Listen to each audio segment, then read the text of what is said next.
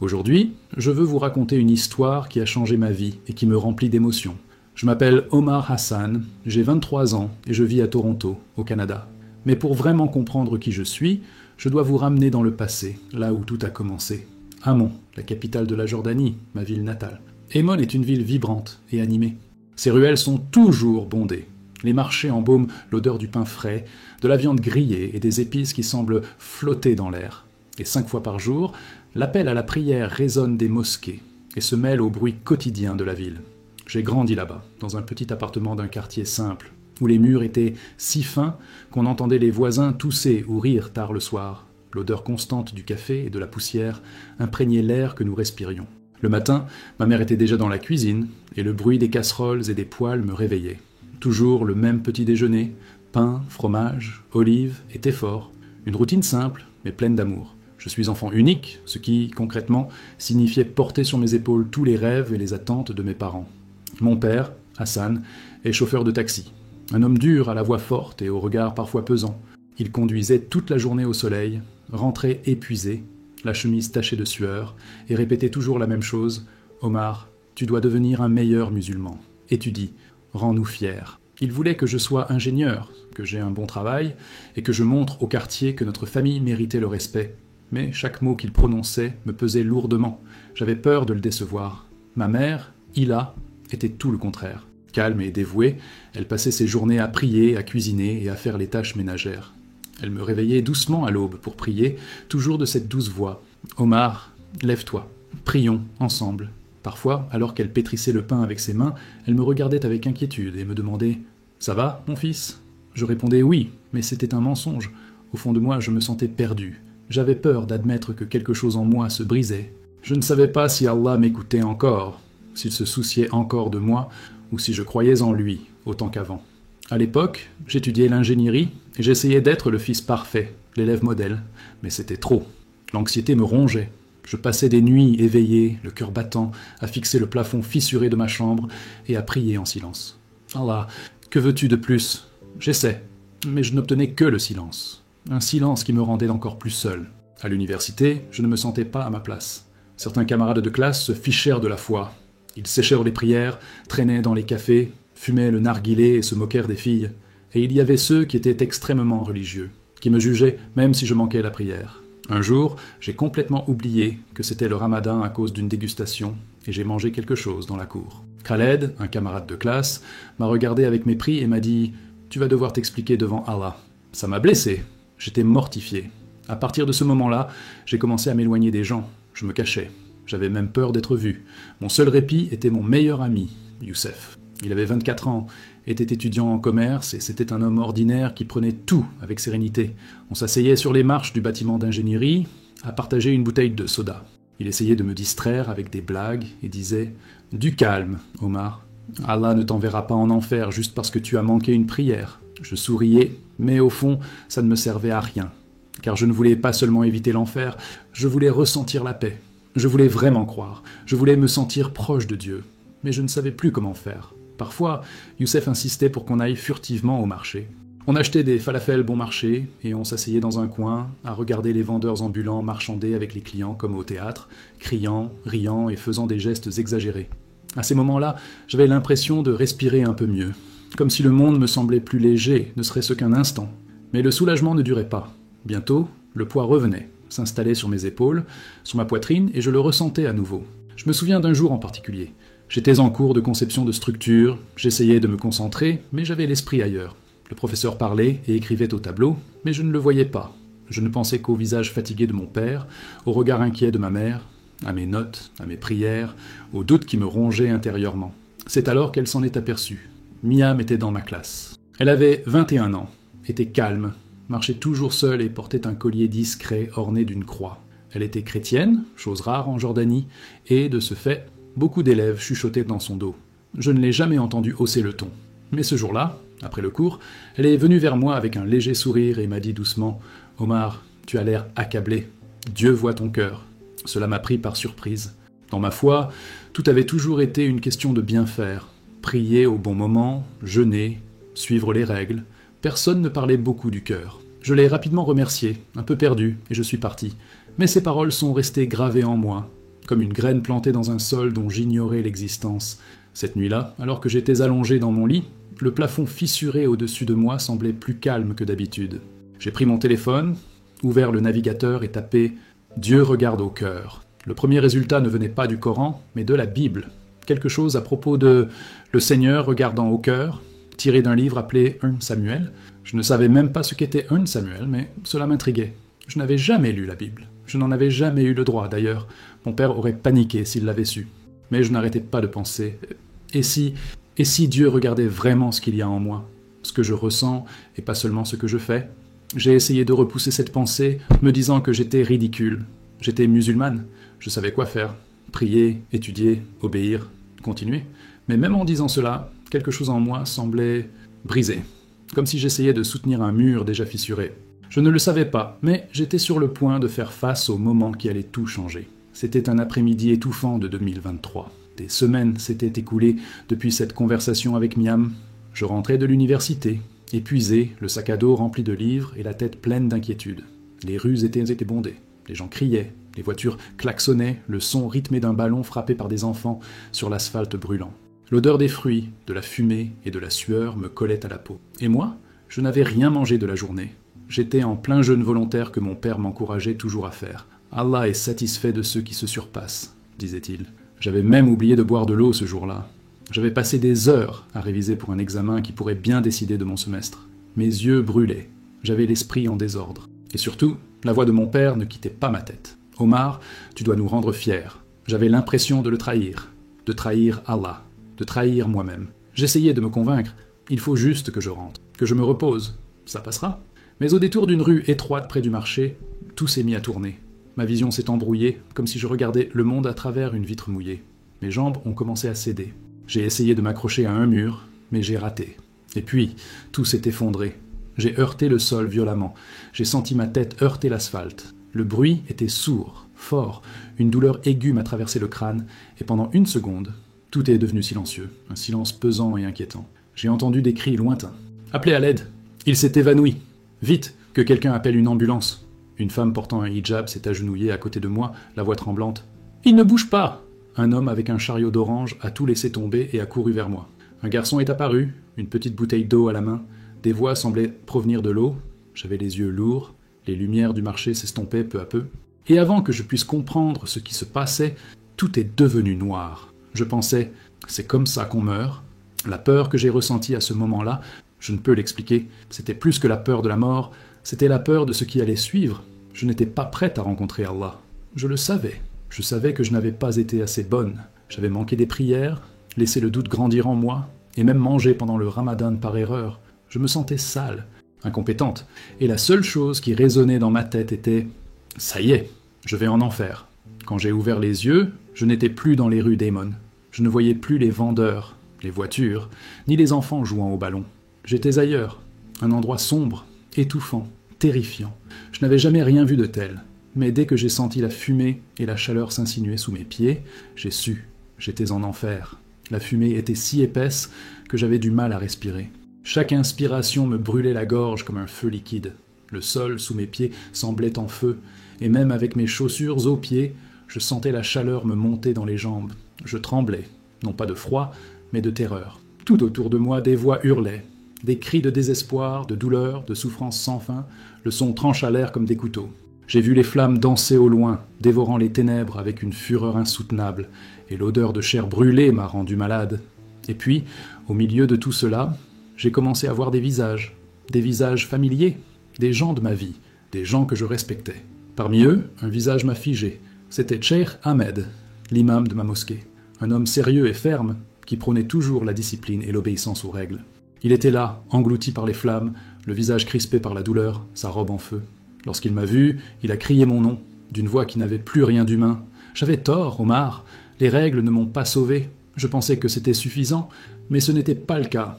Ces mots m'ont frappé comme un coup de poing. J'ai vu ses mains tendues vers moi, brûlées, noires. Si tu ne découvres pas la vérité, tu finiras ici aussi.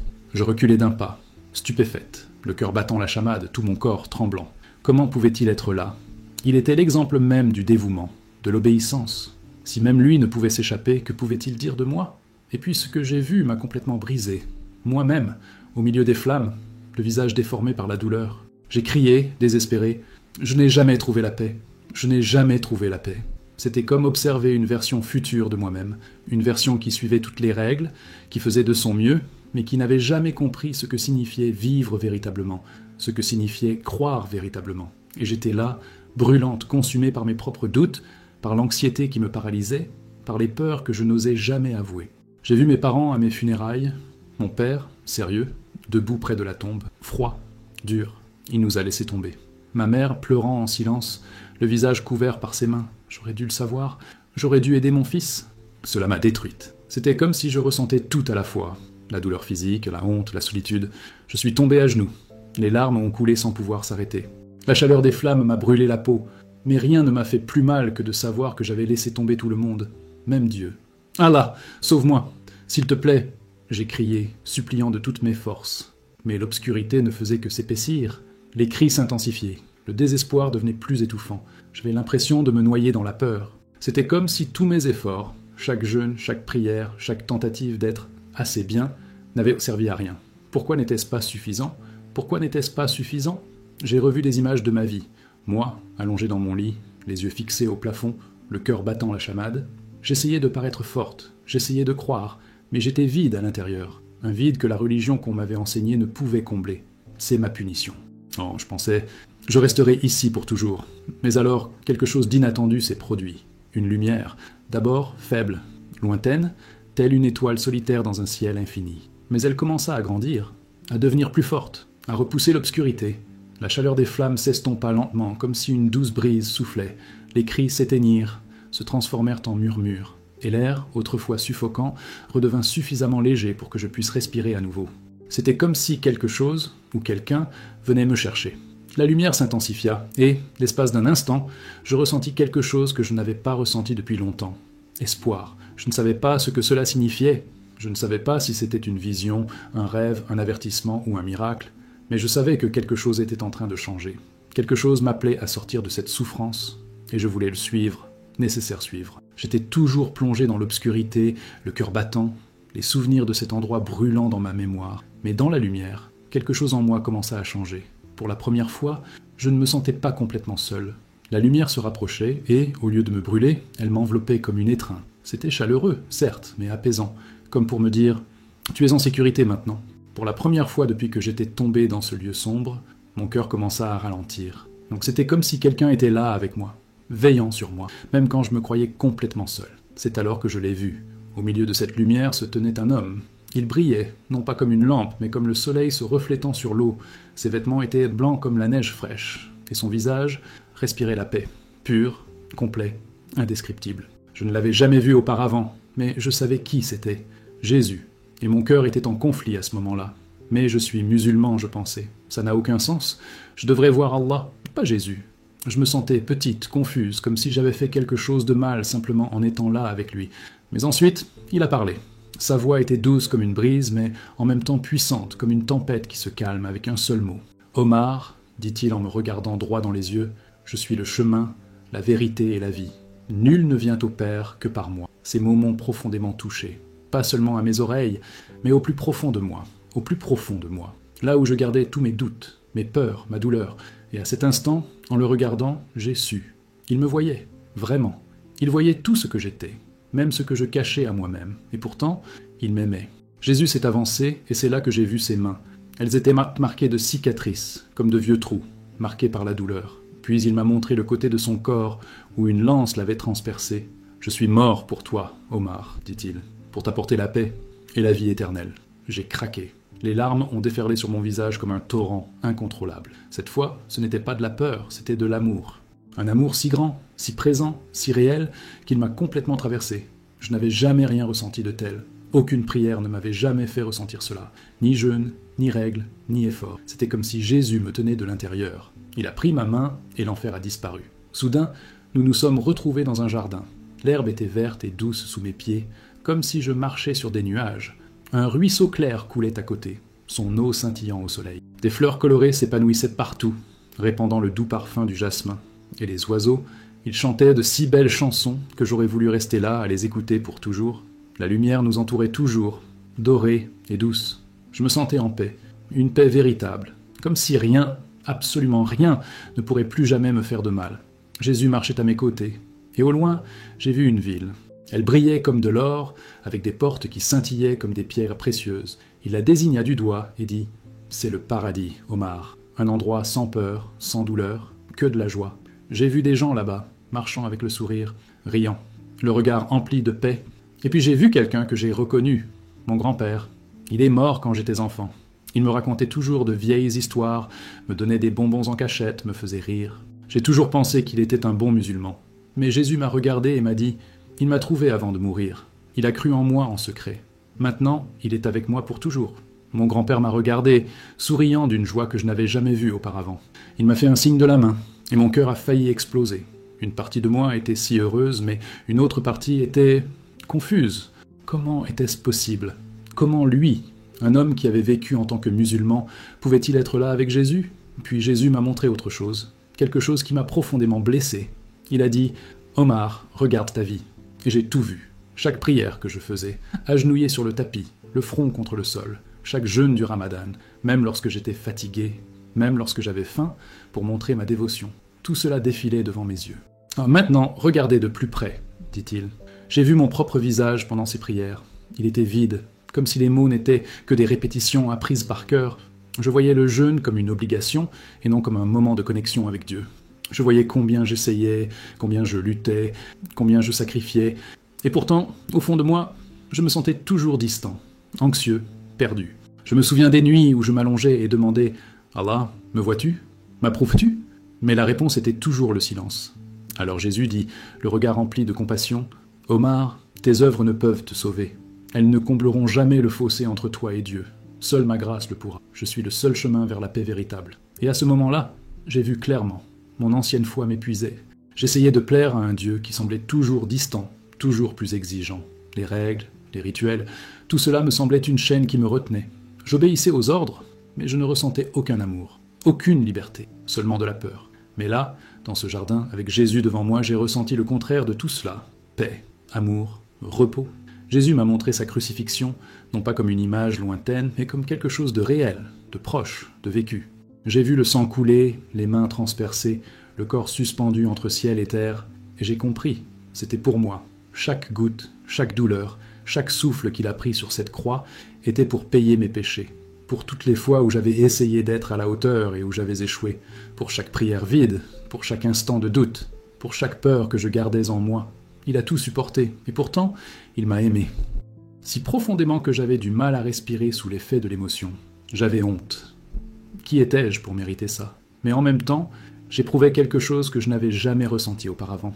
J'étais vu, j'étais choisi, j'étais aimé. Puis, Jésus m'a montré deux chemins, deux avenirs possibles, et c'est ce qui a bouleversé mon âme. Au début, j'ai continué comme je l'avais toujours fait, essayer de suivre l'islam, m'efforcer de gagner ma place au paradis. Je voyais ma vie défiler à toute vitesse. Je vieillissais, mon visage se fatiguait, mon cœur s'alourdissait. Mon anxiété grandissait, les doutes me rongèrent de l'intérieur, comme de l'acide corrodant ma foi. Je me suis vu m'effondrer à nouveau, et cette fois, je ne suis pas revenu. Je suis retombé, directement dans cet enfer. Les mêmes flammes, le même désespoir, la même solitude lancinante. J'ai assisté à mes funérailles, mon corps a été enterré dans le même quartier modeste où j'ai grandi. Mon père se tenait au-dessus de la tombe, le visage dur et sans larmes. Il a murmuré « Il n'était pas assez bon, il nous a laissé tomber ». Ma mère, brisée, sanglotait, les mains sur le visage. J'aurais dû voir, j'aurais dû l'aider. Mon cœur s'est brisé, même mort, même à la fin, j'étais toujours un fardeau, une déception. Je n'ai jamais trouvé la paix, ni ici, ni là-bas. Mais ensuite, Jésus m'a montré quelque chose de différent. Dans le second futur, je l'ai suivi, et tout était nouveau. J'ai vu mon visage, et il était différent, sans angoisse, sans peur, souriant. Je me suis vu assis en silence, lisant la Bible, non par obligation, mais parce que mon cœur le désirait. Je me suis vu aidant mes parents, avec amour et patience, assis avec eux à notre petite table, à parler de Jésus. Et quelque chose qui semblait impossible se produisit. Le visage de mon père changea, sa dureté disparut. Les yeux de ma mère, autrefois marqués par l'inquiétude, brillèrent d'espoir. Je me suis retrouvé à déambuler sur le campus, à parler aux autres étudiants de la paix que j'avais trouvée. Ils m'écoutaient, certains pleuraient, d'autres souriaient, beaucoup priaient les larmes aux yeux. Non pas des paroles apprises par cœur, mais des prières sincères. J'ai vu une foule, des musulmans, des chrétiens, des gens de toutes origines, et je racontais mon histoire, et Jésus transformait des vies, une à une. Il m'a regardé dans les yeux et m'a dit, avec un amour qui semblait n'avoir aucune fin, « C'est la vie que je veux pour toi, Omar. J'aime ta famille, j'aime ta ville, et je veux que tu reviennes partager ma vérité. » Je suis tombé à genoux, les larmes coulant sur mon visage, étouffé par l'émotion. « Mais comment, Jésus ?» ai-je dit. « Je suis musulman, ma famille, ma communauté, ils vont me détester, ils vont me traiter de traître. » Jésus s'est penché et a posé sa main sur mon épaule. Et à ce contact, j'ai ressenti quelque chose que je n'avais jamais ressenti auparavant. Du courage. C'était comme un feu dans ma poitrine. Non pas un feu qui détruit, mais un feu qui s'enflamme, qui réveille. Il a dit « Ce ne sera pas facile, Omar. Ils te rejetteront. Certains essaieront de te faire du mal. Mais je serai avec toi, toujours. Et je t'apporterai la paix que tu recherches. » Et puis, il m'a dit quelque chose qui était resté gravé à jamais dans mon âme. « Venez à moi, vous tous qui êtes fatigués, chargés, et je vous donnerai du repos. » Ces mots ont débloqué quelque chose en moi. C'était comme si des années de poids s'étaient ôtées de mes épaules. Pour la première fois, j'ai pris une grande inspiration. Libre, vraiment libre. Je le regardais, sentant mon cœur se remplir. « Je te suivrai, Jésus. Je veux cette paix. Je veux cette vie. » Il sourit. Un sourire si lumineux qu'il me réchauffa les os. La lumière autour de nous s'intensifia, m'enveloppant, me berçant. Je vis le jardin pour la dernière fois, le ruisseau scintillant, les fleurs dansant dans le vent léger. Et je sus que cet endroit vivrait en moi pour toujours. Jésus a dit « Reviens, Omar. Sois ma lumière là où règnent les ténèbres. » J'ai hoché la tête. J'étais prêt, même si cela me coûtait tout, parce que j'avais vu l'enfer, j'avais touché le paradis. Et je savais, avec toute la certitude de mon être, que Jésus était la vérité. Et j'étais prêt à le suivre, quel qu'en soit le prix. C'est alors que j'ai ouvert les yeux. J'étais dans une chambre d'hôpital. Des machines bipaient doucement autour de moi. La lumière blanche du plafond m'a aveuglé un instant. Ma tête me faisait mal. J'avais l'impression que mon corps était fait de plomb. J'avais l'impression d'avoir dormi une éternité. Et là, assise près du lit, se trouvait ma mère. Ila. Son visage était pâle, ses yeux rouges et striés de larmes. Elle serrait ma main si fort que j'en avais presque mal. Quand elle m'a vu me réveiller, elle s'est étouffée en sanglotant. « Omar, tu es réveillé. Dieu merci. » Elle se remit à pleurer. Mais ce n'étaient pas des larmes de peur, mais des larmes de soulagement. Elle s'est penchée et m'a embrassé sur le front, ses mains tremblantes. J'ai essayé de m'asseoir, mais le monde a tourné et j'ai dû m'allonger à nouveau. « Que s'est-il passé, maman ?» demandai-je encore faible, la gorge sèche. Elle essuya ses yeux avec le coin de son mouchoir et dit d'une voix étranglée « Tu es tombé dans la rue, Omar. Tu t'es cogné la tête. Il y avait du sang partout. Des gens se sont précipités pour te secourir. Ils t'ont emmené à l'hôpital. Tu es resté inconscient pendant des heures. Les médecins ont dit que tu ne te réveillerais peut-être pas. Mais tu t'es réveillé. C'est un miracle. Un miracle. » Elle me serra à nouveau la main. Et pour la première fois, malgré cette douleur, cette fatigue, je ressentis la paix. La vraie paix. Je la regardais, le cœur battant, comme s'il allait sortir de ma poitrine, et je dis « Jésus m'a sauvé, maman !» Elle se figea. Elle resta immobile, comme si le temps s'était arrêté. Ses yeux étaient écarquillés par la stupeur et la confusion, sa main serrant toujours la mienne, si fort que je sentais à peine mes doigts. Oh, « Que veux-tu dire, Omar ?» demanda-t-elle d'une voix tremblante. « Tu invoquais Allah quand tu es tombé. J'ai entendu dire que tu murmurais son nom. » J'ai pris une grande inspiration, la gorge sèche comme du sable. Malgré cela, j'ai commencé à lui raconter. Tout. J'ai raconté comment j'avais vu l'enfer, comment j'avais senti l'angoisse me dévorer de l'intérieur comme un feu. J'ai parlé de Sheikh Ahmed, l'imam qui prêchait toujours l'obéissance aveugle, criant à travers les flammes que les règles ne le sauvaient pas. Je lui ai raconté comment Jésus est venu à moi, comment il m'a montré ses cicatrices, comment il m'a emmené au ciel et m'a montré mon grand-père, cet homme doux de mon enfance, et comment il avait secrètement cru en Jésus. Je lui ai raconté que je voyais deux avenirs, l'un où je resterai musulman et finirai dans le tourment, et l'autre où je suivrai Jésus et trouverai la paix. Je lui ai dit, la voix tremblante mais pleine de conviction, « Jésus m'a dit qu'il était le seul chemin, maman. Il m'a dit de partager sa vérité. » Ma mère m'écoutait en silence. Son visage exprimait un douloureux mélange de peur et de curiosité. Elle jeta plusieurs coups d'œil vers la porte, comme si elle craignait que quelqu'un l'écoute. Quand j'ai eu fini, elle a murmuré, « Omar, fais attention, ton père ne comprendra pas. Il sera très en colère. Et les gens de la mosquée, ils te traiteront d'apostate. Tu sais ce que ça veut dire ici ?» J'ai hoché la tête, le cœur serré, comme si un vieux poids était revenu. Mais malgré la peur, quelque chose en moi était différent. Il y avait une paix profonde, tranquille et stable. Je savais que Jésus était avec moi. « Je sais, maman, » dit tendrement, « mais je ne peux pas le garder pour moi. » C'est la vérité. C'est à ce moment-là que la porte s'est ouverte. Mon père, Hassan, entra dans la pièce. Son expression était tendue. Il parlait au médecin dans le couloir, mais il avait entendu la fin de mes paroles. Son visage devint rouge en un instant. Ses yeux se rétrécirent, sombres comme un orage. « Quelle absurdité est-ce, Omar » cria-t-il, si fort que l'infirmière dans le couloir regarda dans la pièce avec alarme. « Jésus ? Apostate ? Que dis-tu » J'ai essayé d'expliquer. J'ai essayé de rester calme, même si mes mains tremblaient. « Papa, j'ai vu l'enfer. Je m'y suis vu. Jésus est venu à moi. Il m'a montré la vérité. Il est le seul chemin vers la paix. » Mon père a explosé. Il a frappé le mur avec une telle violence que j'ai sursauté. « Tu es juste malade, c'est tout !» cria-t-il. « Tu t'es cogné la tête et maintenant tu racontes des bêtises. Tu es musulman, Omar. On t'a élevé dans l'islam.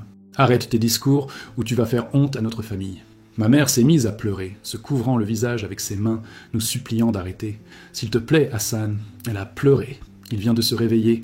Laissez-le se reposer. Mais mon père me regardait avec des yeux froids, comme s'il ne me reconnaissait plus.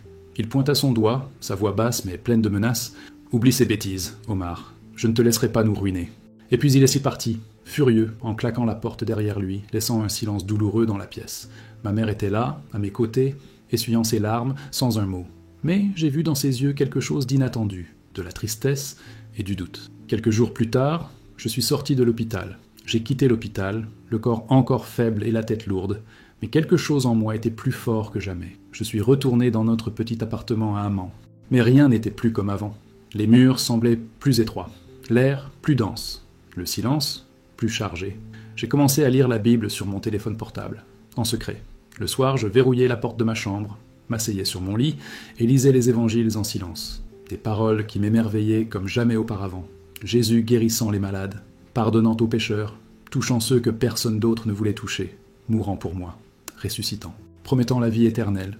Chaque verset était comme de l'eau dans le désert. J'ai murmuré des prières à Jésus, lui demandant de la force, du courage, et je l'ai senti. Toujours là, un ami, un sauveur, une présence qui ne m'a jamais quitté. Mais je savais que je devais faire attention. Mon père m'observait, il remarquait le moindre de mes gestes. J'ai arrêté d'aller à la mosquée. Je disais que j'étais fatigué, que j'avais besoin d'étudier. Mais il ne me croyait pas. « Omar, qu'est-ce qui ne va pas chez toi ?»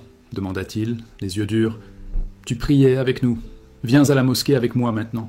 Tu es toujours dans ta chambre. » Je fixais le sol, mes mains moites, mon cœur battant comme un tambour. « Je suis... occupé, papa, » murmura-t-il. Mais il n'y croyait pas.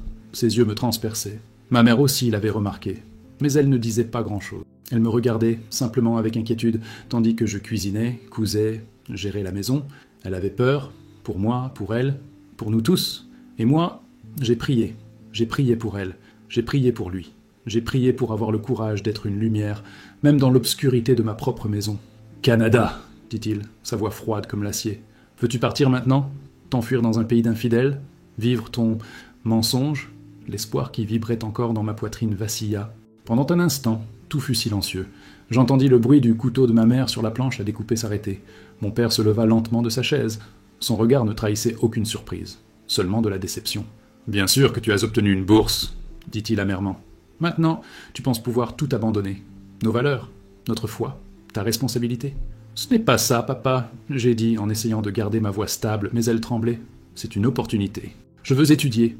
Et je veux suivre Jésus librement, sans cacher qui je suis. » Il a fait un pas vers moi et pendant un instant j'ai cru qu'il allait me frapper. Mais il ne l'a pas fait. Il est resté là, me regardant comme si j'étais un étranger dans sa maison. « Tu n'es plus mon fils, » dit-il à voix basse. « Tu es mort pour moi ?» Ma mère laissa tomber le couteau. Elle se retourna, les yeux écarquillés et la bouche ouverte. « Hassan ?» ?»« Non, » murmura-t-elle. « C'est notre fils, notre fils. » Mais il ne répondit pas. Il sortit simplement de la cuisine. Il n'a pas crié, je n'ai pas discuté, il est parti comme ça. Et il ne m'a plus jamais parlé de la même façon. Je me tenais là, avec l'impression que le sol avait disparu sous mes pieds. La douleur d'être rejeté par son propre père brûlait plus fort que toutes les flammes de l'enfer que j'avais vues dans cette vision. Ma mère m'a serré dans ses bras. Elle n'a rien dit. Elle m'a juste serré dans ses bras, comme si elle avait peur que je m'évapore complètement. Cette nuit-là, j'ai regardé le ciel depuis la fenêtre de ma chambre. La ville d'Amman était silencieuse. Les lumières des appartements lointains scintillaient, comme des étoiles fatiguées. Et j'ai parlé à Jésus, pas à voix haute, mais avec le cœur. « Seigneur, je n'ai rien d'autre ici, seulement toi. Je te choisis. Je te choisis encore, même si cela me coûte tout. » Le lendemain, j'ai commencé à préparer le déménagement. J'ai vendu certaines choses en secret. J'ai utilisé de vieilles économies que ma grand-mère m'avait données et, avec l'aide de Myriam, j'ai commencé à faire les démarches pour obtenir une bourse. Elle était comme une sœur à cette époque. Elle m'a emmené en secret à une petite réunion de chrétiens dans une maison discrète, où, pour la première fois, j'ai chanté des louanges à Jésus librement, bien qu'à voix basse. Là, un pasteur local a prié pour moi. « Omar, il dit d'une voix ferme et douce, votre vie est un témoignage. Ce que vous avez vu, ce que vous avez vécu, n'a pas été vain. Jésus vous a appelé à quelque chose de plus grand. Ce n'est pas une échappatoire, c'est une mission. » Cette nuit-là, j'ai décidé, oui, j'irai au Canada, mais pas pour s'échapper. J'irai pour grandir, pour apprendre, pour rester ferme dans ma foi, et, un jour, pour revenir, pas comme le fils rejeté, mais comme la lumière que Jésus m'a appelé à être. Quand j'ai annoncé à mes parents la bourse pour étudier au Canada, leur réaction a été immédiate et intense. Mon père, le visage sévère et la voix ferme, m'a dit « Non, Omar, tu n'y vas pas. Tu vas perdre ta foi là-bas. Tu vas te détourner de nous, de notre religion. » Sa voix tremblait de colère, et ma mère, les mains tremblantes, tenait le couteau qu'elle utilisait pour couper les légumes, les yeux pleins de larmes. « Ah, s'il te plaît, ne pars pas !» a-t-elle supplié. « Tu es déjà en train de tellement changer, on ne peut pas te perdre. » J'ai essayé d'expliquer, la voix brisée. « Papa, maman, je veux juste aller à l'école, suivre ma foi, être moi-même. Jésus est avec moi, je sais que tout ira bien. » Mais mon père s'est levé, sa chaise raclant le sol, et a dit « Si tu pars, tu n'es plus mon fils, tu es mort pour nous. » Ces paroles m'ont blessé comme un couteau, et j'ai senti les larmes me monter aux yeux. La situation a empiré après cela. Mon père est allé à la mosquée ce soir-là, et à son retour, il était encore plus en colère. « Les gens jasent, Omar. Ils disent que tu te détournes de l'islam, que tu es un apostate. Les responsables de la mosquée en ont entendu parler. Ils te surveillent maintenant. Ils disent que tu es une honte, que nous avons échoué en tant que parents. » Un frisson me parcourut l'échine. En Jordanie, être traité d'apostate était dangereux. On pouvait vous faire du mal. Les autorités pouvaient s'en mêler et votre famille pouvait être humiliée. Le lendemain, en passant, j'ai aperçu les responsables de la mosquée. Ils se tenaient dehors, me fixant du regard, chuchotant entre eux. L'un d'eux, un homme d'un certain âge avec une longue barbe, m'a pointé du doigt et a dit quelque chose aux autres, l'air sérieux. J'ai gardé la tête baissée, le cœur battant, et j'ai couru. Mais je savais que je n'étais plus en sécurité. Je suis retourné dans ma chambre, les mains tremblantes, et j'ai prié Jésus. « S'il te plaît, Jésus, aide-moi », ai-je murmuré. « Je veux aller au Canada, je veux te suivre, donne-moi la force de le faire. » J'ai ressenti à nouveau sa paix, comme une main chaude sur mon épaule, et je savais que je devais me battre pour cette chance, quel qu'en soit le prix. Je ne pouvais pas rester à Amman, pas sous le regard des responsables de la mosquée, pas avec la colère grandissante de mon père. Je devais partir au Canada, même si cela signifiait perdre ma famille. Je devais faire confiance à Jésus, comme il me l'avait demandé.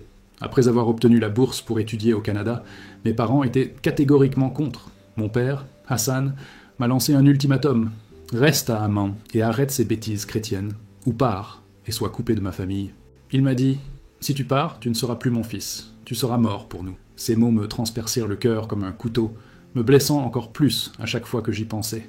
Ma mère, Hila, pleurait, me suppliant de rester. « Omar, s'il te plaît, ne pars pas, » dit-elle d'une voix brisée. « On va te perdre.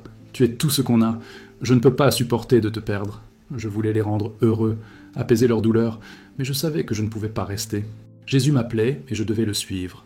Je devais aller au Canada, où je pourrais être libre de grandir dans ma foi et de partager son amour sans crainte. J'ai essayé de parler à mon père une dernière fois, espérant le faire changer d'avis. Je l'ai trouvé dans le salon, assis sur notre vieux canapé, les yeux rivés sur la télévision, sans vraiment la regarder. Je me suis assis en face de lui, les mains moites, et je lui ai dit « Papa, s'il te plaît, j'ai besoin de cette chance. Je vais m'en sortir. Je te le promets. Je ne vais pas au Canada pour faire la fête ou oublier qui je suis. Je vais faire des études, suivre ma foi, être celui que je suis censé être. » Il m'a regardé, le regard dur, et m'a dit « Ta foi ? Tu es sérieux avec ces absurdités chrétiennes ? Tu rejettes tout ce qu'on t'a enseigné, tout ce en quoi on croit, pour un mensonge. Tu vas nous couvrir de honte, Omar. Les responsables de la mosquée parlent déjà. Ils disent qu'on a élevé un traître. Si tu pars, tu choisis ça plutôt que nous. » J'avais les larmes aux yeux, mais j'ai dit « Papa, je t'aime. J'aime maman, mais je dois le faire. Jésus est la vérité. Je l'ai vu. Je ne peux pas m'éloigner de lui. » Mon père s'est levé, le visage rouge, et a crié « Alors va-t'en, mais ne reviens pas. Tu n'es plus mon fils. » Il est parti en claquant la porte si fort que j'ai entendu le bruit du fracas dans la maison. Dans la cuisine, j'ai entendu ma mère sangloter doucement. Un son qui m'a brisé le cœur. Je suis allé directement dans ma chambre, la poitrine serrée, et j'ai commencé à préparer un petit sac à dos. Il ne contenait pas grand-chose. Quelques vêtements, mon téléphone portable à l'écran fissuré, quelques livres, et la petite Bible que Myriam m'avait donnée. J'ai caché la Bible dans une paire de chaussettes, au cas où quelqu'un la verrait. Pourtant, j'ai attendu. J'ai attendu que mon père change d'avis, qu'il vienne dans ma chambre et me dise « Omar, je suis désolé, je t'aime, va au Canada, tu es toujours mon fils. » Mais il ne l'a pas fait. Ma mère est apparue sur le seuil, les yeux rouges, et m'a aidé à faire mes valises. Elle a plié mes chemises d'une main tremblante, essayant de retenir ses larmes. « Omar, je ne comprends pas ce Jésus dont tu parles, mais je vois quelque chose de différent en toi. Tu sembles plus léger, comme si tu n'avais plus peur. Je veux juste que tu sois en sécurité. » Je la serrai fort dans mes bras, les larmes aux yeux. « Je serai en sécurité, maman. Jésus est avec moi. Je t'aime. » Elle resserra son étreinte sur moi et murmura « Je t'aime aussi, mon fils. » Le jour de mon départ pour l'aéroport, je me tenais devant notre appartement, sac à dos sur l'épaule, attendant qu'ils viennent me dire au revoir. Je fixais la porte, m'attendant à les voir apparaître à tout moment, mais ils ne sont pas venus. Je me suis rendu seul à l'arrêt de bus, le cœur lourd, et j'ai pris le bus pour l'aéroport. À l'intérieur, le chaos était presque palpable. Des familles s'embrassaient, des enfants pleuraient, des gens couraient, valises à la main. Je me suis enregistré les mains tremblantes, regardant autour de moi, espérant apercevoir leur visage dans la foule. J'aurais voulu voir mon père se raidir et ma mère murmurer « On est fiers de vous », mais ils ne sont pas venus. Je me sentais si seul, debout dans cet aéroport bondé, à regarder les autres familles se dire au revoir. J'ai murmuré une prière à Jésus « S'il te plaît, aide-moi, donne-moi de la force ». J'ai senti à nouveau sa paix, comme une main chaude posée sur mon cœur, et j'ai su que je devais partir. Je suis monté dans l'avion, les yeux humides de larmes, laissant tout derrière moi. À mon arrivée à Toronto, tout me semblait nouveau, différent, étrange. L'air froid me mordait la peau et les larges rues bordées de hauts immeubles brillaient au soleil. L'anglais était parlé si vite que je le comprenais à peine. J'étais un étranger dans un endroit inconnu. J'ai pris un taxi pour le campus universitaire, un immense espace avec des pelouses vertes, des bâtiments en briques rouges et des étudiants partout. Certains se précipitaient en cours, d'autres riaient avec leurs amis. J'ai trouvé ma chambre universitaire. Un petit espace avec un lit, un bureau et une fenêtre donnant sur le campus. Je me suis assis sur le lit, mon sac à dos par terre, ressentant un mélange de peur et de liberté. Pour la première fois, je n'avais plus besoin de me cacher. Je pouvais suivre Jésus sans craindre la colère de mon père ni les menaces des responsables de la mosquée. J'ai commencé à lire la Bible tous les jours, assis à mon bureau, la porte verrouillée, au cas où. J'ai lu des articles sur l'amour de Jésus, ses promesses, ses enseignements, et j'ai ressenti un lien très fort avec lui. J'ai découvert des chaînes chrétiennes sur YouTube, des sermons de pasteurs, des témoignages de personnes ayant vécu des histoires similaires à la mienne, et des chants de louanges qui me faisaient pleurer de gratitude. Je les regardais tard le soir, avec des écouteurs sur les oreilles, les larmes aux yeux, ressentant une paix profonde que seul Jésus peut donner. Un soir, j'ai vu la vidéo d'un homme qui était lui aussi musulman. Il racontait comment Jésus lui était apparu en rêve, comment il avait quitté l'islam et trouvé la paix. J'avais l'impression qu'il racontait mon histoire, et cela m'a rempli d'espoir. J'ai commencé à prier davantage, demandant à Jésus de me montrer comment partager son amour, comment faire sa volonté. C'est ainsi que j'ai rencontré un groupe d'étudiants chrétiens à l'université, chose que je n'aurais jamais imaginé faire en Jordanie. J'ai trouvé un prospectus sur un panneau d'affichage, et je me suis rendu à leur réunion un soir, le cœur battant. Ils étaient dans une petite pièce, des chaises en cercle, une table avec du café et des biscuits, et une chaleur humaine qui m'a fait sentir pour la première fois que je n'étais pas seul. En entrant dans la pièce, une fille au sourire éclatant s'est approchée de moi et m'a dit « Bonjour, bienvenue. Je m'appelle Sarah. » Je me suis assise, le cœur battant la chamade. Quand ce fut mon tour de me présenter, j'ai pris une grande inspiration et j'ai dit « Je m'appelle Omar, je viens de Jordanie. J'étais musulman, mais Jésus m'a appelé. » J'ai commencé à raconter mon histoire, ma dépression, ma vision de l'enfer, comment Jésus m'a montré le paradis et m'a appelé à partager sa vérité. Tandis que je parlais, certains se sont mis à pleurer, d'autres ont hoché la tête, touchés par mon récit. Sarah m'a regardé avec tendresse et m'a dit « Omar, c'est incroyable, tu es notre frère maintenant. » Michael, l'animateur du groupe, a posé sa main sur mon épaule et a prié pour moi. À ce moment-là, je me suis senti aimé et accepté comme jamais auparavant.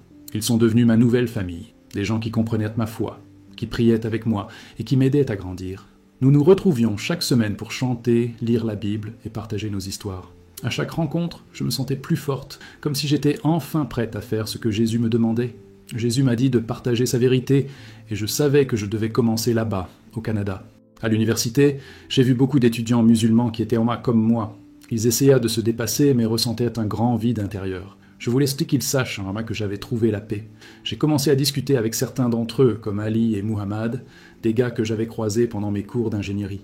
J'avais peur au début, mais je les invitais à prendre un café avec moi sur le campus, où l'odeur de l'expresso flottait toujours dans l'air. Je disais « Puis-je vous dire quelque chose ?»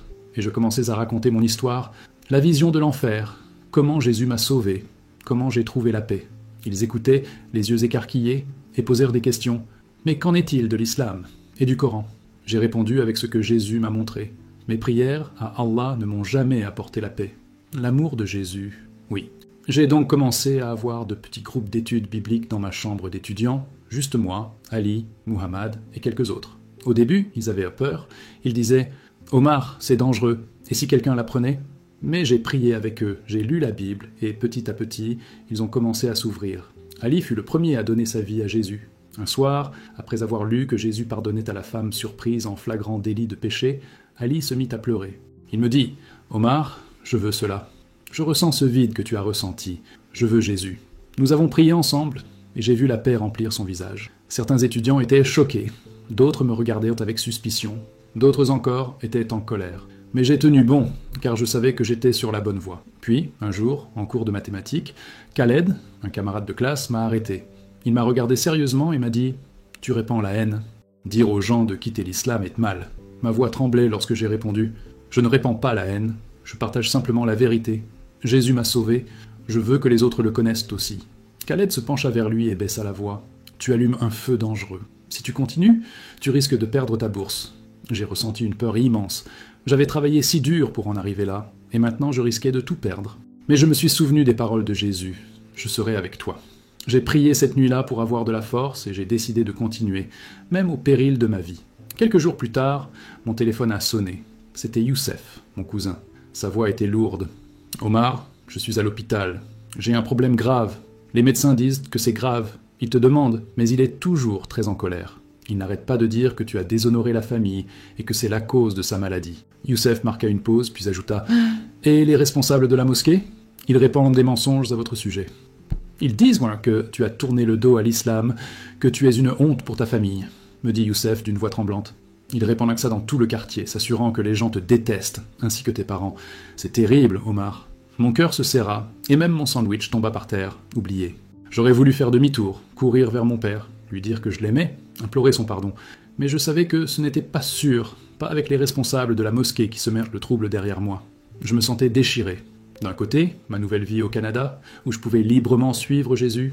De l'autre, mon ancienne vie en Jordanie, où mes parents souffraient à cause de moi. J'ai murmuré une prière, si doucement que seul Jésus pouvait l'entendre. « Jésus, s'il te plaît, aide mon père, aide mes parents à te trouver, montre-moi le chemin. » Il me fallait persévérer, continuer à partager l'amour de Jésus, confiant qu'il toucherait le cœur de ma famille en son temps. Ce soir-là, j'étais dans ma simple chambre universitaire à Toronto. Assis à mon bureau, mon ordinateur portable ouvert devant moi, le silence du campus n'était rompu que par les rires lointains de quelques étudiants. Ma chambre était modeste, un lit avec une couverture bleue, une table pleine de livres, des tasses à café vides et une petite croix accrochée au mur, un cadeau de mon groupe chrétien. Ma Bible était ouverte à côté de moi, ses pages jaunies montrant tout ce que j'avais lu. J'ai beaucoup pensé à mon père, à sa maladie, au chef de la mosquée et aux étudiants musulmans avec qui je parlais. J'ai ressenti un besoin urgent de partager mon histoire avec le monde, de parler de la paix que j'avais trouvée en Jésus. Je voulais toucher ceux qui ressentaient le même vide que moi auparavant. J'ai donc décidé d'enregistrer une vidéo. Quelque chose de simple, à publier en ligne, et peut-être que quelqu'un, quelque part, l'entendrait. Je n'avais jamais fait ça auparavant, et j'étais nerveux. Mais j'ai senti que Jésus me disait de foncer. J'ai allumé la caméra de l'ordinateur portable. J'ai réglé la lumière pour que mon visage ne soit pas dans l'ombre. J'ai pris une profonde inspiration, et j'ai commencé à parler. Ma voix un peu tremblante au début. Je m'appelle Omar Hassan. J'ai 23 ans, et je viens d'Amman, en Jordanie. J'étais musulman, élevé dans l'obligation de prier 5 fois par jour, de jeûner pendant le ramadan et de suivre toutes les règles de l'islam. J'ai fait de mon mieux pour être un bon musulman, pour plaire à Allah et pour rendre mes parents fiers. Mais au fond de moi, j'étais toujours vide. J'avais toujours peur de ne pas être à la hauteur. Je m'arrêtais un instant, déglutis difficilement et continuais. J'étais anxieuse, je m'inquiétais trop de mes notes, de ma foi, de tout. Allongé dans mon lit le soir, le cœur battant, je demandais à Allah s'il me voyait, s'il se souciait de moi, mais je n'obtenais jamais de réponse. Juste le silence. Ma gorge se serra, mais je forçai ma voix à continuer. Puis un jour, je me suis évanoui dans la rue. J'étais à jeun, stressé par un examen, et la chaleur m'a submergé. Je me suis cogné la tête, et je suis resté inconsciente quelques minutes. À cet instant, j'ai vu l'enfer. Je me suis vu brûler, rongé par l'anxiété, sans jamais trouver la paix. J'ai ravalé une autre larme, mais mon regard est resté fixe. J'ai vu un imam de ma mosquée, frère Ahmed, crier que les règles ne sauvaient personne. Il m'a dit que je finirais là aussi, si je ne découvrais pas la vérité. Ma voix tremblait, mais je continuais, plus fort maintenant. J'étais terrifié. Je pensais que j'allais rester coincé là pour toujours. J'avais l'impression d'avoir trahi mes parents, d'avoir trahi Allah, d'avoir trahi moi-même. Je me suis penché plus près de la caméra, le cœur débordant d'émotion. Mais alors Jésus m'est apparu, une lumière si brillante qu'elle a chassé toute obscurité. Il m'a montré ses mains marquées de cicatrices, les cicatrices de ses ongles, la lance à son côté, et il m'a dit « Je suis mort pour toi, Omar, pour te donner la paix et la vie éternelle. » Une profonde émotion m'a envahi tandis que je parlais. Il m'a emmené au paradis, un endroit magnifique, avec des jardins, des ruisseaux, une cité dorée. J'y ai vu mon grand-père, un homme que je croyais bon musulman, mais qui croyait secrètement en Jésus. Mon visage s'est adouci, mes yeux ont brillé, tandis que je révélais ce que Jésus m'avait enseigné. Jésus m'a montré que ma foi musulmane ne pouvait pas me sauver, que toutes mes prières, tous mes jeûnes et toutes mes règles étaient vains, car ils ne comblaient pas le vide que seul Dieu peut combler. Ma voix baissa, pleine de conviction. Il a dit « Vos œuvres ne peuvent vous sauver. Seule ma grâce le peut. Je suis le seul chemin vers la vraie paix. » Je me tenais là, près de la caméra, sentant mon cœur battre fort, plein d'espoir et de foi. Jésus m'a montré deux avenirs. Dans l'un, j'ai continué à suivre l'islam et je me suis retrouvé de nouveau en enfer. L'âme tourmentée, mes parents en deuil à mes funérailles, me disant que je les avais trahis. Dans l'autre, j'ai suivi Jésus et trouvé la paix. Je me suis vue souriante, libérée de l'anxiété, aidant mes parents, partageant l'amour de Jésus avec les autres. J'ai vu des visages attentifs, à l'écoute, retrouvant la même paix que moi. Jésus m'a dit « Je suis le chemin, la vérité et la vie ». Il m'a appelé à partager cette vérité, à être sa lumière dans les ténèbres. J'ai pris une grande inspiration, sentant mes mains se stabiliser. Maintenant, même en me réveillant à l'hôpital, je savais que je devais suivre Jésus. Mais ce n'était pas facile. Mes parents ne comprenaient pas. Mon père était tellement en colère qu'il m'a traité d'apostate, disant que je ferais honte à notre famille. J'ai obtenu une bourse pour étudier l'ingénierie ici au Canada, une chance d'être libre et de grandir dans ma foi. Mais mon père m'a dit que si je partais, je serais mort pour lui. Je suis venu quand même, parce que je savais que Jésus était avec moi. J'ai quitté ma maison, mes parents, tout ce que je connaissais, et je suis venu à Toronto. J'ai souri en pensant à ma nouvelle vie. Ici, j'ai trouvé une nouvelle famille, des chrétiens qui m'aiment et qui prient avec moi. J'ai rejoint un groupe d'étudiants à l'université et ils m'ont accueilli comme un frère. J'ai commencé à lire la Bible, à regarder des chaînes YouTube chrétiennes, des sermons, des témoignages et des chants de louanges. Je me sentais si proche de Jésus, si pleine de paix. J'ai lancé un groupe d'études bibliques, partageant mon histoire avec d'autres étudiants musulmans. Je leur ai raconté comment Jésus m'a sauvé, comment il m'a donné la paix, et certains ont écouté. Certains en ont même donné leur vie à Jésus, comme mon ami Ali. Il m'a dit « Omar, je me sens en paix pour la première fois. J'ai pleuré avec lui, si heureuse de voir Jésus travailler à travers moi. Ma voix est devenue sérieuse, mes yeux se sont remplis de larmes. Mais tout n'est pas facile. Certains étudiants musulmans l'ont découvert et se sont mis en colère. Ils m'ont dénoncé à l'université en disant « Il répand la haine et essaie de convertir les gens. » L'université m'a appelé, me disant que je pourrais perdre ma bourse si je continuais à causer des problèmes. J'ai peur, mais je ne peux pas m'arrêter. Jésus m'a appelé à partager son amour et je dois continuer. De retour en Jordanie, les choses sont encore pires. Mon père est malade. Il est à l'hôpital avec un problème cardiaque. Mon ami Youssef m'a dit qu'il me le demandait, mais qu'il était toujours en colère, disant que j'avais fait honte à la famille, que j'étais la raison pour laquelle il était malade. Les dirigeants de la mosquée répandent des mensonges à mon sujet. Disent à tout le monde que je suis une honte, s'assurant que les gens nous détestent, moi et mes parents. Je veux retourner voir mon père, lui dire que je l'aime, mais ce n'est pas sûr, pas encore. J'ai regardé la caméra, la voix pleine d'espoir. Je partage ceci parce que je veux que vous connaissiez Jésus. Il est le seul chemin vers la vraie paix. La Bible dit « Car Dieu a tant aimé le monde qu'il a donné son Fils unique, afin que quiconque croit en lui ne périsse point, mais qu'il ait la vie éternelle. » C'est la vérité qui a changé ma vie. Si vous vous sentez vide, effrayé, invoquez Jésus. Il t'attend. Il voit ton cœur, comme Myriam me l'a dit en Jordanie.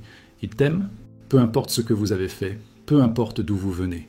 J'ai terminé par une prière, les mains jointes. Jésus, s'il te plaît, touche le cœur de tous ceux qui nous regardent. Montrez-leur votre amour, votre paix. S'il vous plaît, guérissez mon père. Adoucis son cœur. Aide mes parents à te retrouver. Donne-moi la force de continuer à partager ta vérité. Amen. J'ai souri, le cœur rempli, et j'ai dit « Serai-je un jour réconcilié avec mon père ? Ma famille trouvera-t-elle Jésus ? Je ne le sais pas encore, mais j'ai confiance en Jésus. Partagez votre histoire ci-dessous. J'aimerais beaucoup la connaître. J'ai arrêté d'enregistrer, les mains tremblantes, et j'ai posté la vidéo en ligne. Je me sentais si nerveuse, mais aussi si libre, comme si je faisais exactement ce que Jésus voulait. Je me suis rassise sur ma chaise, le cœur battant, et j'ai murmuré « Merci Jésus ». Dès que j'ai fermé mon ordinateur portable, mon téléphone a vibré. Un nouveau message m'est parvenu. Il venait de Myriam, mon amie chrétienne en Jordanie. J'ai ouvert le message, les yeux écarquillés, et j'ai lu ces mots. « Omar, j'ai partagé ton histoire ici à l'université. Certains étudiants s'interrogent sur Jésus. Ils veulent te rencontrer à ton retour. Ils commencent à chercher la vérité grâce à toi. Mais sois prudent. Les responsables de la mosquée sont toujours en colère et surveillant ta famille. » Mon cœur s'emballa, un mélange de joie et de peur. Joie parce que mon histoire atteignait des gens en Jordanie, parce que ces étudiants cherchaient Jésus à cause de moi. J'avais peur parce que les dirigeants de la mosquée n'arrêtaient pas de menacer ma famille. Et mon père, me pardonnerait-il un jour? Retrouverait-il Jésus avant qu'il ne soit trop tard? Ces questions n'avaient pas de réponse, mais une chose était sûre, je devais continuer. Continuez à partager l'amour de Jésus quoi qu'il arrive. J'ai murmuré une fois de plus une prière silencieuse. Jésus, s'il te plaît, protège ma famille. Utilise-moi pour amener plus de gens à toi. Et à ce moment-là, j'ai ressenti à nouveau la paix de Jésus, profonde, ferme, immuable. Je savais que j'étais sur la bonne voie. Même si le chemin à parcourir était difficile, sombre et plein d'incertitudes, je n'étais pas seul. Jésus a marché avec moi, et c'était tout ce dont j'avais besoin.